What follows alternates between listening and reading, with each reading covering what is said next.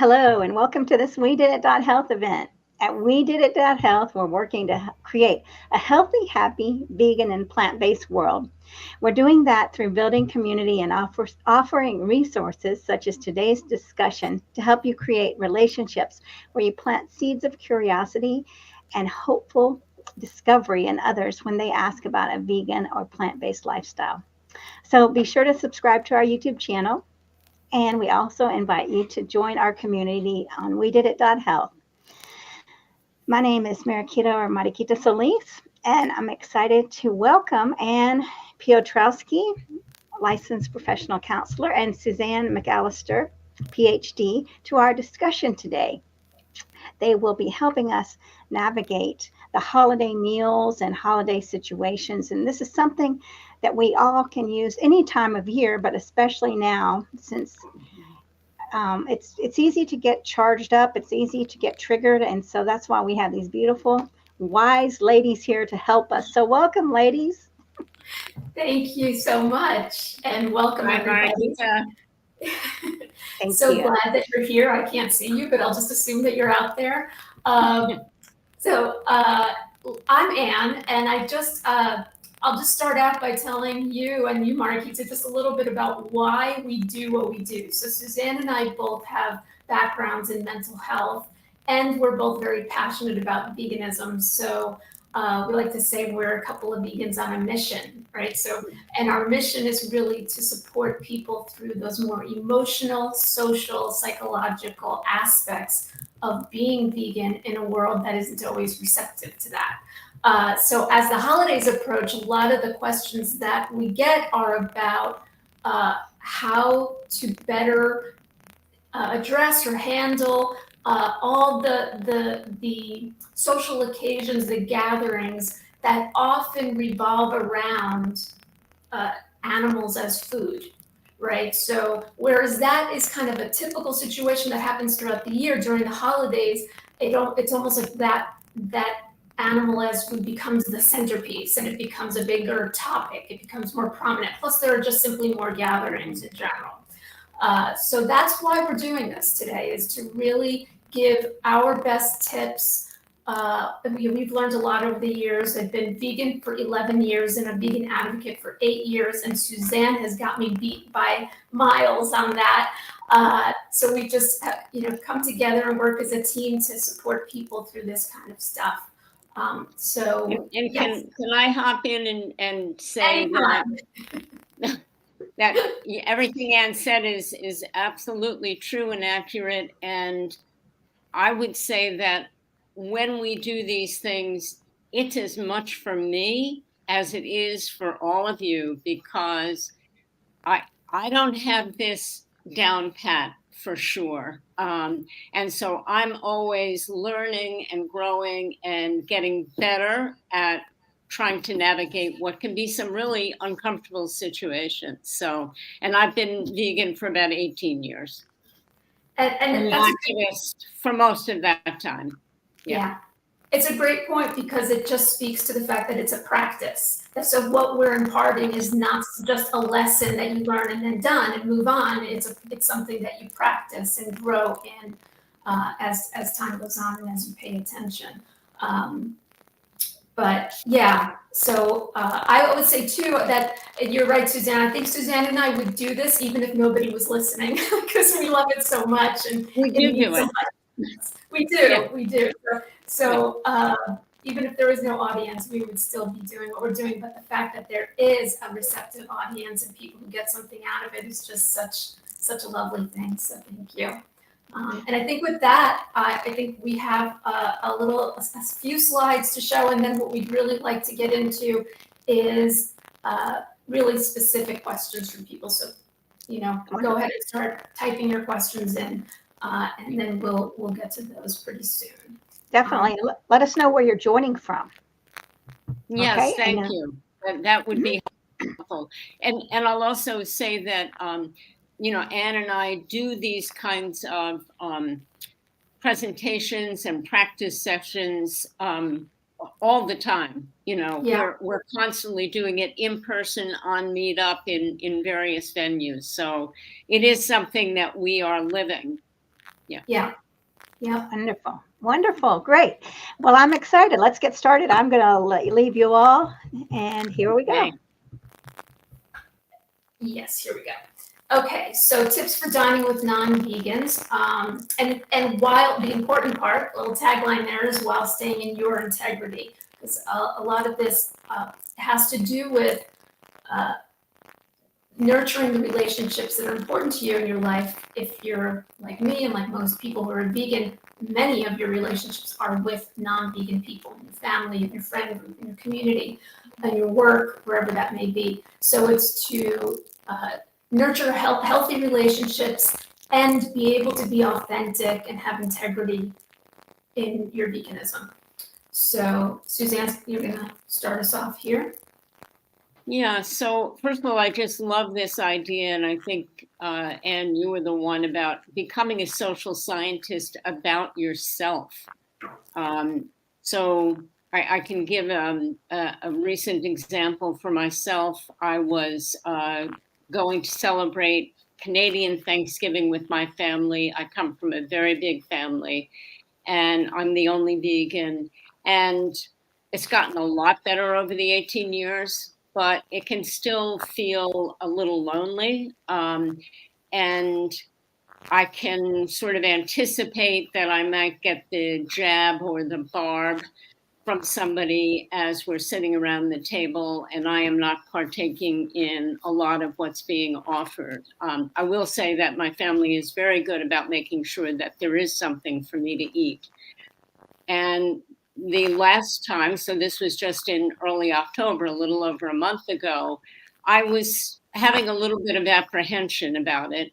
And Anne made this wonderful suggestion, which I think is consistent with this tip number one, which was to keep an emotional journal or a journal about what I was feeling. And I was amazed at how helpful that was.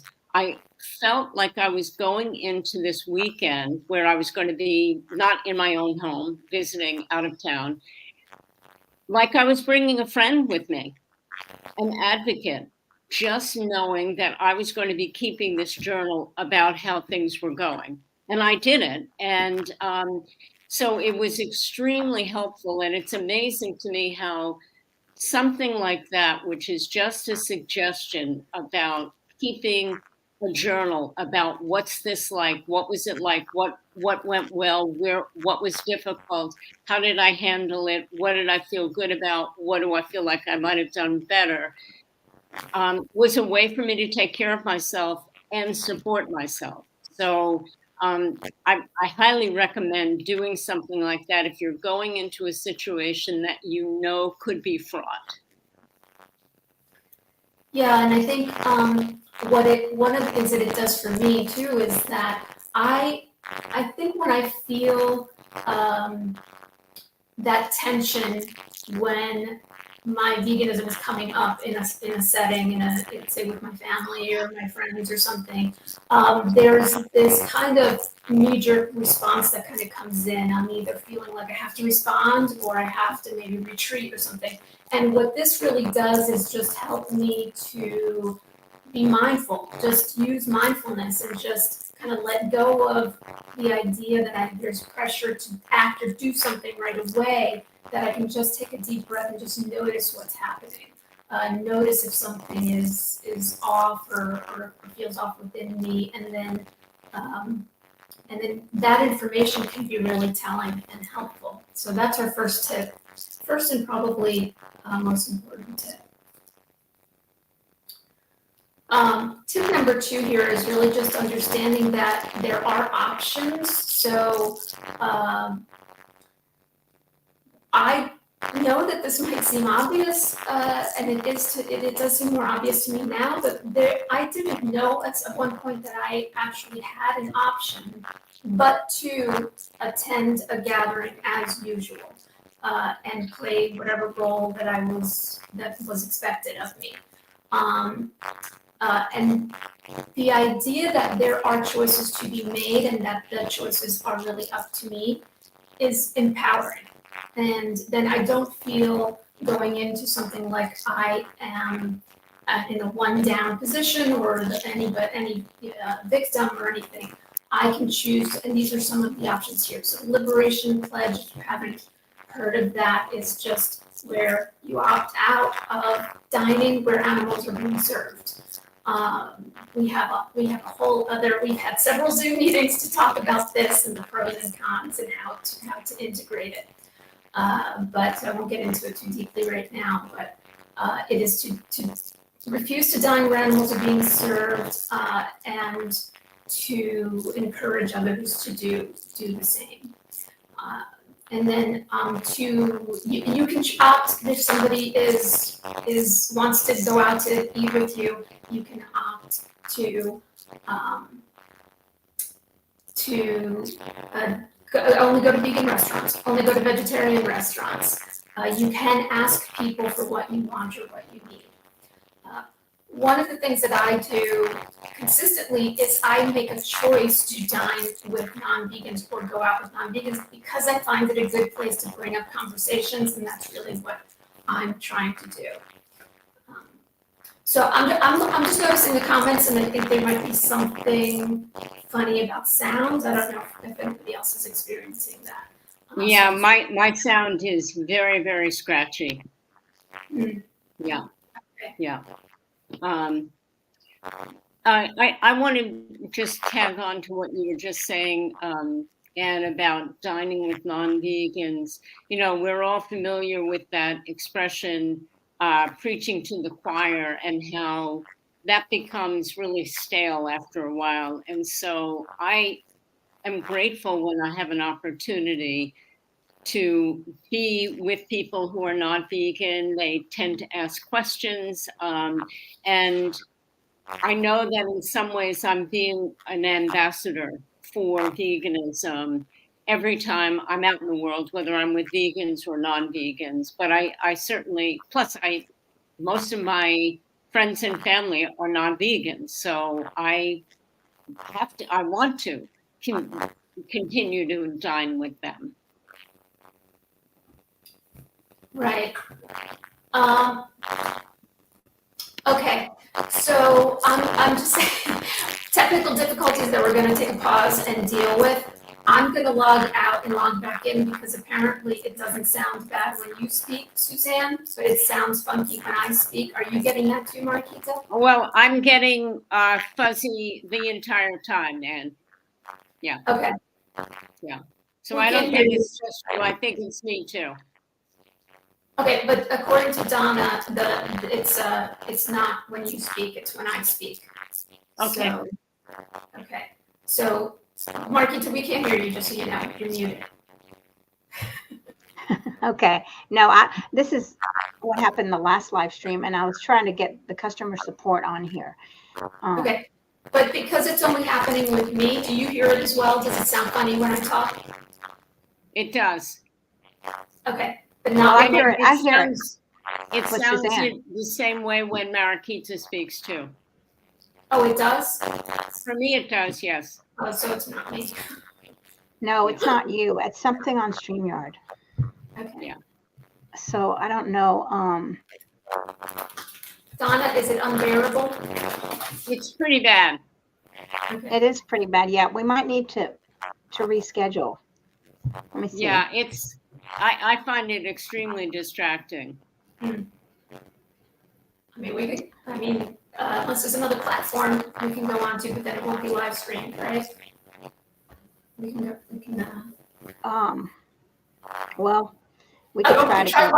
logging out and logging back in. I mean, maybe. Yeah, let's try that. We'll try that. Let's see if we can do it. People, sorry, technical difficulties happen. If it doesn't work, we'll schedule it. I'm so sorry. Okay. Hopefully, All right. Okay.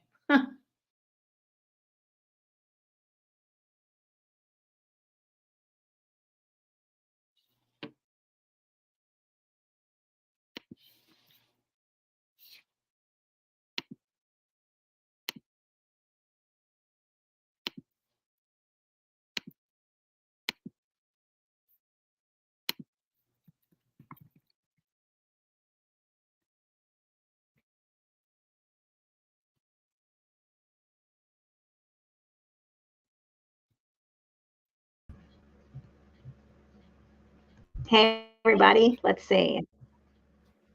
I don't know. Does that sound better? Yes. And it, it was fine when we first got on, and then it started happening a few minutes into it. So this is what happened last night when Anne and I were just making sure that we could get on StreamYard and everything else. It was happening then too. So I don't know what to say about it because I use StreamYard for other things and I haven't had that problem. All right. Well, Nancy's saying we sound fine. Yeah. So let's just cross our fingers. Okay. No, I had a live stream before this, and this was what was going on. Also, it was very scratchy. I mean, it was. Yes, that's how it was sounding. I guess when Anne was speaking, yeah. So Okay. hopefully she'll pop on, and we'll go to tip number 3, which is where we are. Here comes Anne. Let's see. Here we go. And the tip is to not have scratchy sound, which will drive everybody crazy. Am I still scratchy? No, Oof. not right now. I hear a tiny bit of scratch, but Ooh. not. I heard some a little bit on Suzanne, but I don't know. Maybe I'm hearing things. Hopefully, I'm hearing things. Yeah, I would say it's on my end, but like it doesn't happen on Zoom, so it might be just a StreamYard thing. I think it's a StreamYard thing. Yeah. I think it is too. Yeah, it has to be because if y'all were on there last night and now, so it is starting to get scratchy. But do you want to try to go, or do you want to? Yeah, let's try. And if Okay. if it comes back again, we'll try to reschedule for another time. Okay. Okay. So when Anne and I were talking about this one in particular, learn how to authentically and respectfully express yourself, even when you feel uncomfortable. What I said to Anne is, this is aspirational for me, which is to, and I can do it better with some people than with others. And I think you're getting the idea that for me, the most challenging are my family, because there are so many of them. And I think when we're breaking the norms that are established in families, it can be quite threatening. And so even though, and I know there's no real hostility meant, but I think there's a threat involved. And so for me, the hardest people to speak up when I am feeling uncomfortable is with my family. I don't have that much trouble when it's family, when it's friends or even just people I don't know that well. But I love the idea of really taking care of ourselves and honoring ourselves. In fact, one of the women that joins these conversations that we have on Meetup monthly, she talked about how she made a decision that she was not going to be dining with people anymore if there were animal products served. And she said she felt like a weight was lifted off. And that really was striking to me. I have not done that, so I can't say that, but I do know that each time I do take care of myself in a really considerate and respectful way to the people who I'm drawing that boundary with, it does feel really good. So for what it's worth, I think it's worth experimenting with that. And just, again, keeping, becoming very alert and aware as to what's this like for you when perhaps you get out of your comfort zone and, maybe say, well, I'm not going to come for dinner, but I'll come for dessert, or I'll come after the meal is over, when that might be something really different that you've never done before, and just see how it feels and see what the response is. And if it's something you want to keep doing, or if you decide, you know what, that didn't go well, and I'm not going to do it with that group of people again. There's no right or wrong. Yeah. Yeah. Yeah, so I think that's the thing, is that there are options and choices to be made, and some of it you're going to learn through trial and error. You're just going to try things out and see how it goes. Now, I will say, together with that, is that discomfort isn't a sign that things aren't going wrong. Discomfort Right. is a sign that you're doing something new and different, and you're taking a chance and you're putting yourself out there. And whenever you put yourself in a situation, when you take a risk, when you're vulnerable, it's not going to feel comfortable. And then at the same time, when we are behaving in a way that's outside of the norm of our community, of our family, or whatever that might be, that the saying is, there's no such thing as one person in a family changing. Mhm. When one person does it, everybody has to adapt. And they may not want to, or be prepared to, or they may be thrown by that. So I think that is. Yeah, let me just add one more thing to what you were saying, Anne. I worked in the addictions field for many years early on in my career. And it was fascinating when somebody who had an alcohol or drug problem finally did something and decided to stop using. And even though the family prior to that person making the decision and getting sober, that's what they said they wanted. And when the person actually did it, they got all kinds of pushback. And what that speaks to is what Anne was just saying, which is that when one person in a family system or a group system makes a change, the entire system changes. Mhm. And so people can feel like it's out of control because they were not the one that made the change. Somebody else did. And so I'm always reminded of that. And that's why I used the word threatening earlier. What might seem like just this kind thing that we're doing, that we decided we can no longer be part of a practice where other beings are harmed for our taste buds. And how can anybody argue with that? But it happens, and I'm sure any of you who have in those situations know that we often do get pushback. And so I'm just reminded that there is this threat that occurs that most people might not even know that's what's going on, but that's what they're responding to. Yeah, and we've talked a lot about discomfort, and how when we feel discomfort, we or our family members, our friends, it's a kind of unexamined discomfort. So when we have discomfort, we're inclined to want to make it go away, like make it stop. So even though logically someone may think, oh yes, you're doing something, it makes sense, you're doing something good for the right reasons, even if you go plant-based for health, somebody might be very supportive of that in theory, and yet it's changing. Or if you, like Suzanne, you mentioned, if somebody stops drinking, well, then they get pushback of like, you're not as much fun, or you're not, because they had a particular role, and now that's changing, and it feels uncomfortable. And instead of sitting and being okay with being a little uncomfortable, as people grow and change and make positive moves in their lives, it's this inclination to want to make the discomfort just go away. Yeah.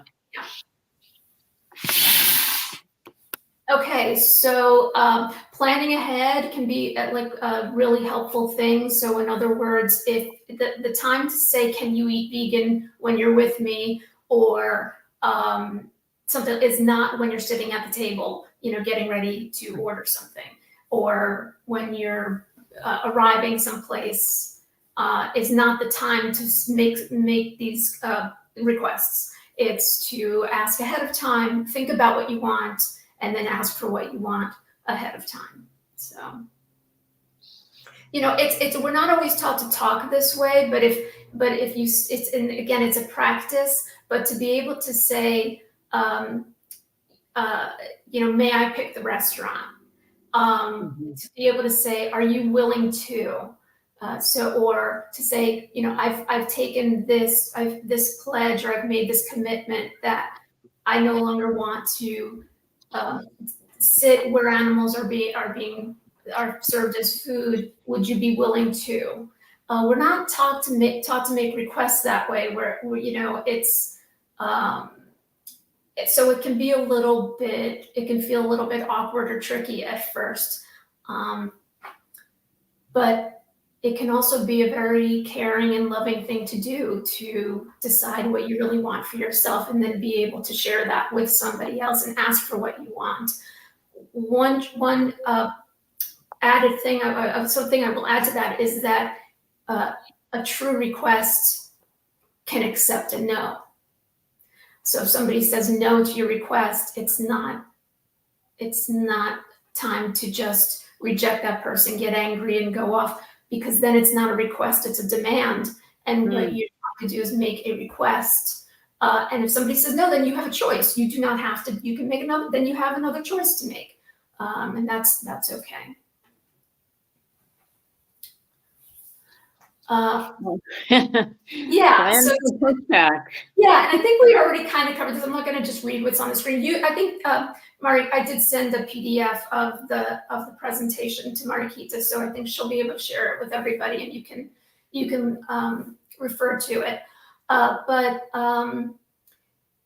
Yeah, it's just to kind of be mentally prepared for whatever comes, to be able to say, calmly, to be able to, in the moment, notice what's going on for you. See, I always do this. I always put my hand, see, a necklace helps. A lot of times I'll be wearing a necklace and I'll stand there, and then it's a way for me to soothe myself. Because if I put my hand here, I start to feel more grounded and calm. So if somebody's pushing back or saying something, I can notice how I'm feeling. I can take a deep breath. I can check my own defensiveness. And then in noticing defensiveness, it takes the heat out of it. It takes kind of that fire out of it. It calms things down a bit. And then I still don't have to kind of, I don't have to give in.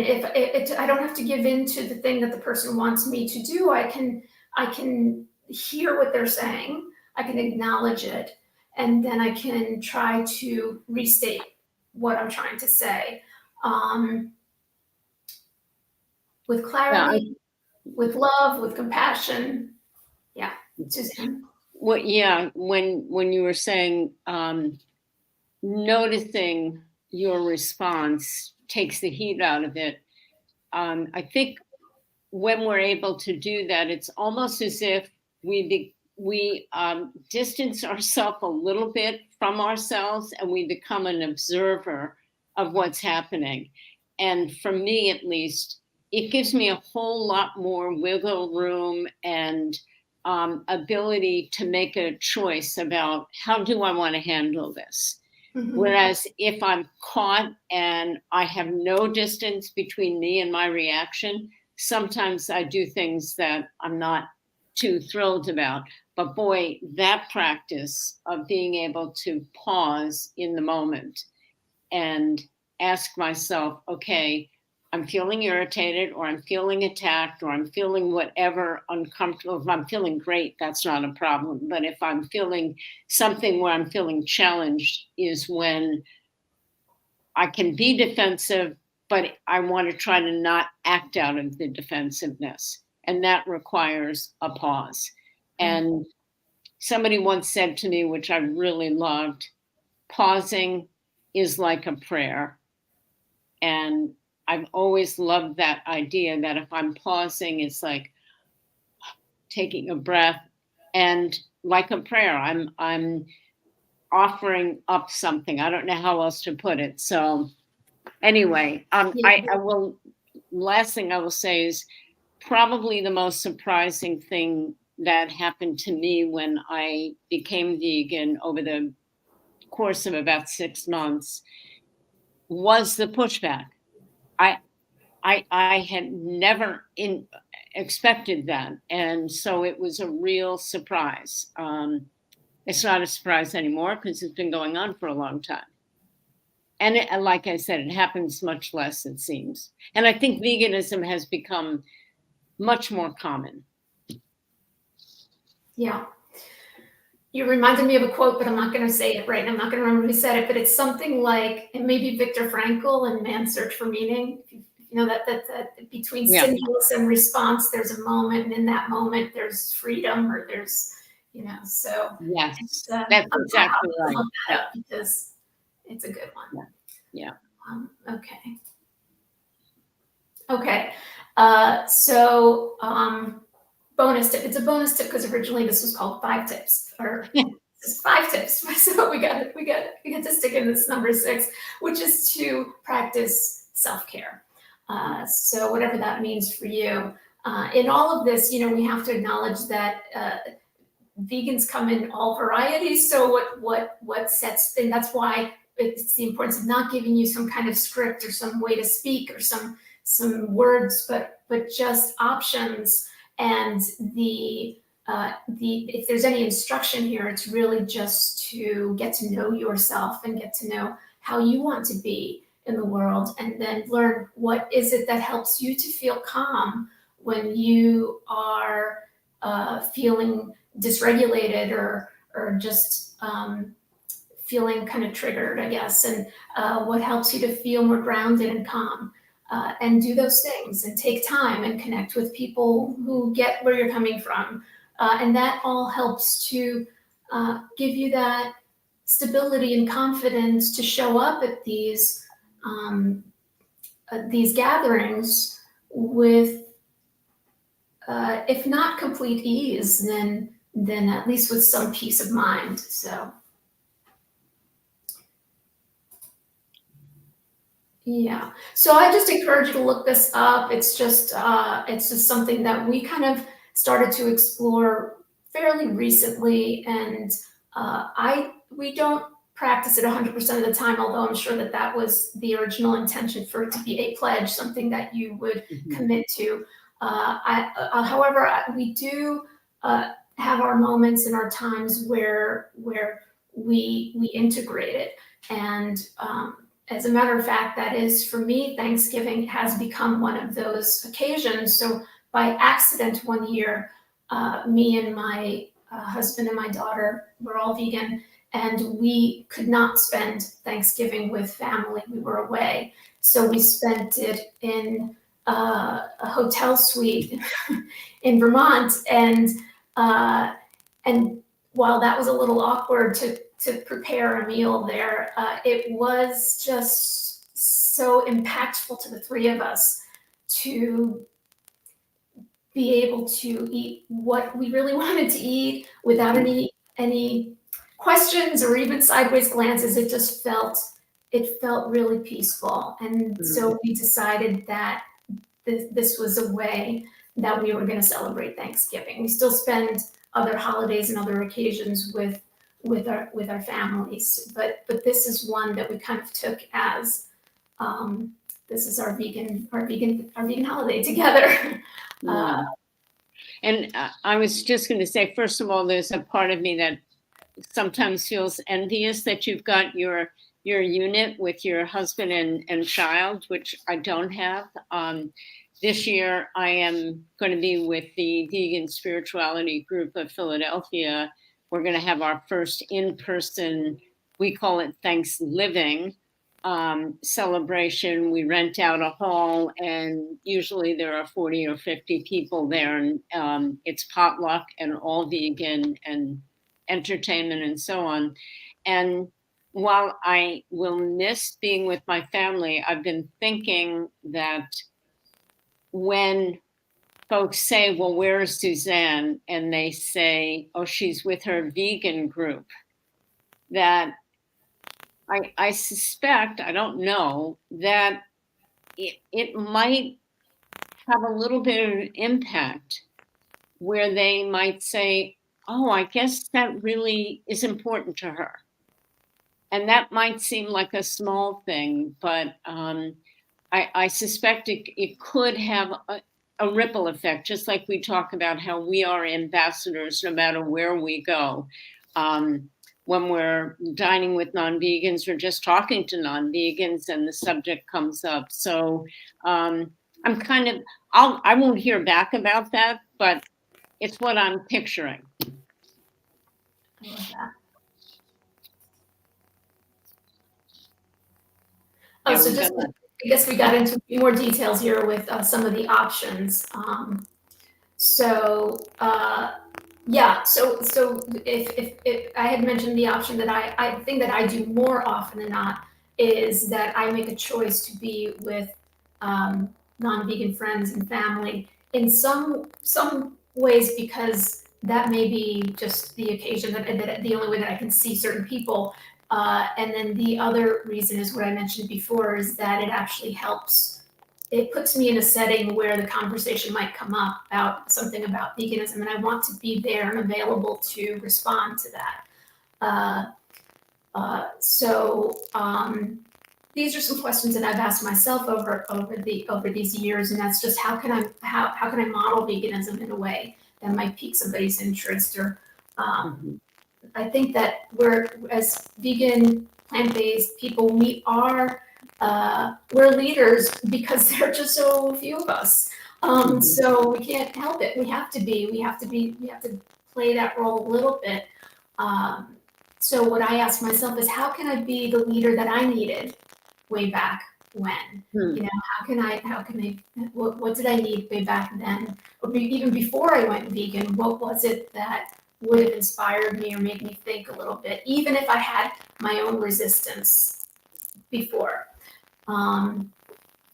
To really document your own journey, your own story, can really help to build an understanding of what other people in your life might be thinking. I look back on what I used to think. So when I wrote my vegan journey from as far back as I could think, like the first time I ever changed my way of eating, or thought about animals or something like that. Like if I go way back, I remember the resistance along the way, because I went from, I didn't eat red meat, and then I stopped eating, meat, and then I was pescatarian, and then vegetarian, and then who knows what else. It just was multiple steps over years.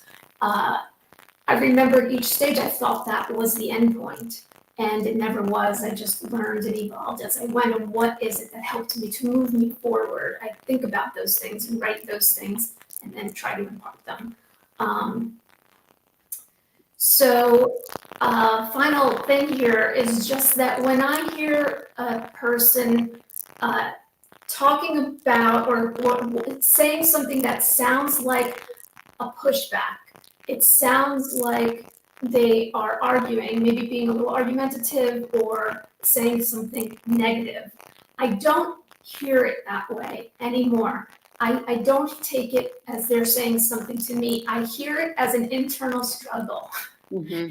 And when I hear it that way, I remember that I also had internal struggles, as I was becoming vegan. I also had resistance. I also had ideas that would stubbornly stick with me because I learned them when I was very, very little. And they were reinforced over and over and over again. So I remember that. So I hear those types of things in a way that I hear it as an internal. I hear cognitive dissonance. I hear tension going on. And when I hear that, I say, that's great, because that is the first step towards changing, is when you feel really uncomfortable with something. So I see it as a really good sign. So it helps me to kind of stay present and stay engaged, instead of feeling like I have to hide or protect myself from that conversation or that person. So. And it kind of goes without saying, and this is another aspect, but I was just thinking as you were talking, Anne, about ways that we can support ourselves, protect ourselves if we're going into a situation that we think might be, difficult.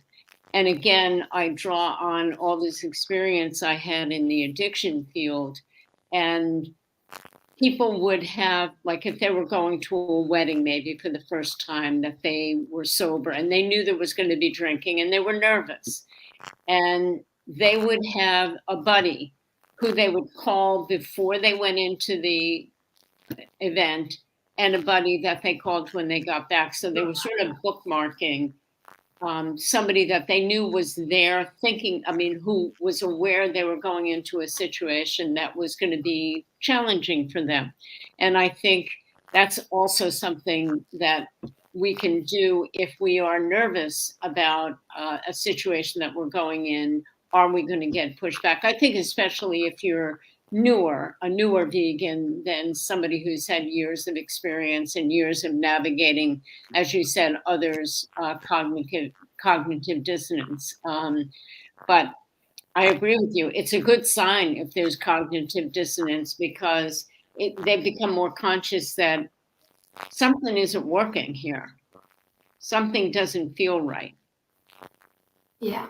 I love that. That's like tip number 7, Suzanne. I love it. It's like I think what you're referring to is like a sober partner or a sober buddy. Yeah, and but there could be a vegan equivalent of that, like a vegan buddy, like somebody I can call or. Well, it's what we do. Yes. We haven't called it that, but that's basically what we do. And in 12-step programs, you get a sponsor.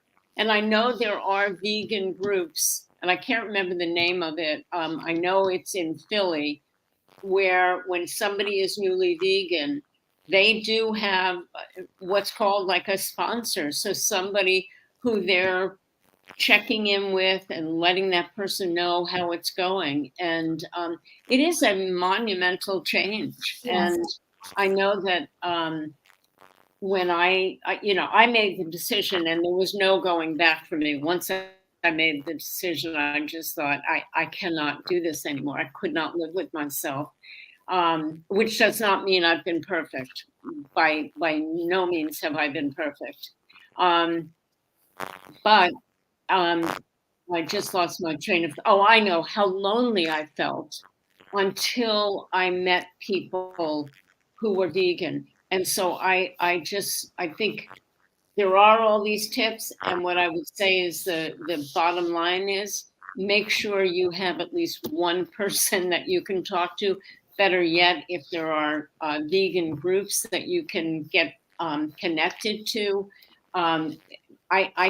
I don't know what it would have been like if I hadn't finally met the folks at Vegan Spirituality Group of Philadelphia. But I remember when I went to my first potluck with them, I started crying because I was so relieved. Like, oh my gosh, these people are happy that I'm vegan.